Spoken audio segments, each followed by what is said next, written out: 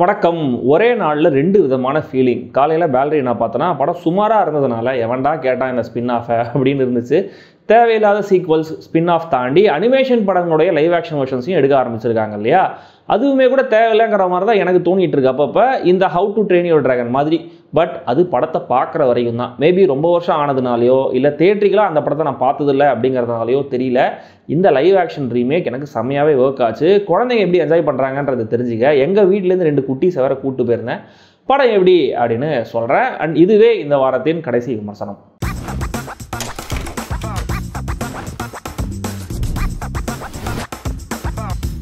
How to train your dragon already படம் பார்க்காதவங்களுக்காக இந்த சின்ன ரீகேப். ஒரு பீரியட் ஃபிலிம் இது. வைக்கிங்ஸ் குடும்பங்கள் இருக்கிற ஒரு தீவை அடிக்கடி டிராகன்ஸ் வந்து அட்டாக் பண்ணுது. அந்த மக்களுடைய தலைவர் ஸ்டாய்க் தம் படையோட அதை எதிர்த்து அடிக்கடி சண்டை போட்டு விரட்டிகிட்டே இருக்காரு. ஆனால் திரும்ப வருதுங்க. அடுத்து தன்னுடைய பையன் தான் இடத்துல வந்து சண்டை போடுவான் அப்படின்னு ஆசையாக இருக்காரு. ஆனால் அவருடைய பையன் ஹிக்கப் டோட்டலாக அவருக்கு ஆப்போசிட். ரொம்ப சாஃப்ட் நேச்சர்டு, ஒரு நேர்டு மாதிரி, ஆள் பார்க்க வேறு ஒல்லியாக வீக்காக இருக்கிறதுனால நேரடியாக டிராகன்ஸ் கூடலாம் சண்டை போடாமல் புதுசாக வெப்பன்ஸ் எல்லாம் தயாரித்து சண்டை போடலாம்னு ஐடியா படுற ஆள். அப்பாவுக்கு பையன்கிட்ட எப்படி வீரத்தை கொண்டு வருது, எப்படி வழி கொண்டு வருது அப்படின்றலாம் புரியவே இல்லை. ஒரு டிராகன் அட்டாக்ல இந்த ஹிக்கப் தன்னுடைய ஒரு வெப்பனை யூஸ் பண்ணி வானத்தில் டார்கெட் பண்ணி அடிக்கிறான். அது நைட் ஃபியூரி அப்படிங்கிற ஒரு அபூர்வ வகை டிராகனை அட்டாக் பண்ணியிருக்கு. ஆனால் அது அவனுக்கு அடுத்த நாள் தான் தெரிய வருது. இந்த மொமெண்ட்ல இருந்து டிராகன்ஸ்னால ஆபத்து இல்லை, அதுங்களை ட்ரெயின் பண்ண முடியும் அப்படின்னு புரிஞ்சுக்கிறான் ஹிக்கப். இதுக்கப்புறம் அந்த தீவில் நடக்கிற விஷயங்கள் என்ன, டிராகன்ஸே இவங்க என்ன பண்றாங்க, டிராகன்ஸ் ஏன் இவங்க தீவை அடிக்கடி அட்டாக் பண்ணுது, ஹிக்கப் தான் ட்ரெயின் பண்ண டிராகனை வச்சு என்ன பண்ணா, இதெல்லாம் தான் இந்த படம்.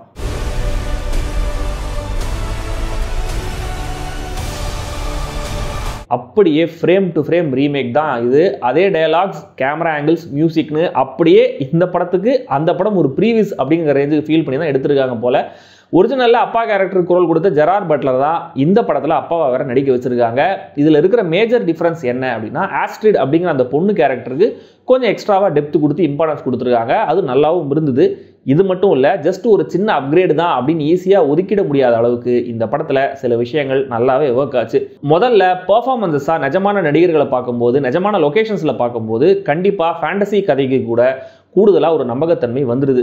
மேசன் தேம்ஸ், நிக்கோ பார்க்கர், ஜெரார் பட்லர், நிக் ஃப்ராஸ்ட், அந்த ஃப்ரெண்ட்ஸ் கேங்னு எல்லாருமே ஈஸியாக கனெக்ட் ஆகக்கூடிய கேரக்டர்ஸும் ரொம்ப அழகாக போர்ட்ரே பண்ணியிருக்காங்க. பொம்மை படத்துக்கு உயிர் கொடுத்துருக்காங்கன்னு வச்சுக்கோங்களேன்.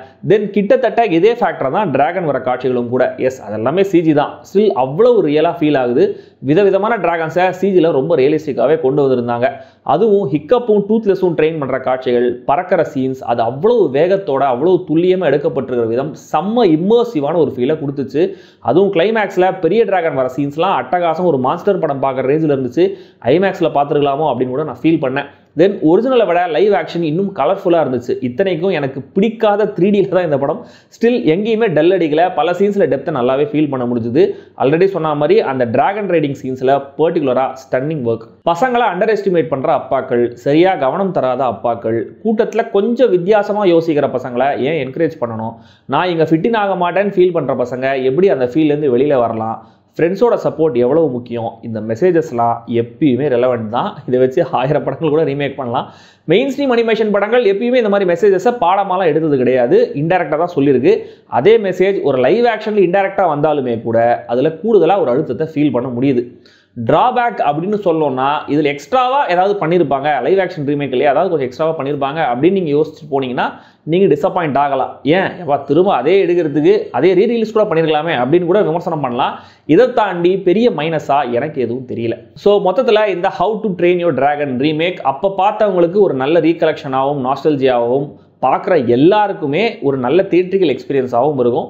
பாருங்கள், தமிழ் டப்பிங்லையும் படம் ரிலீஸ் ஆயிருக்கு. நான் பார்த்தது நார்மல் இங்கிலீஷ் வெர்ஷன், அதுக்கு சப்டைட்டில்ஸும் இருக்குது. அண்ட் இது கண்டிப்பாக ஐமேக்ஸ் ஒர்த் தான்.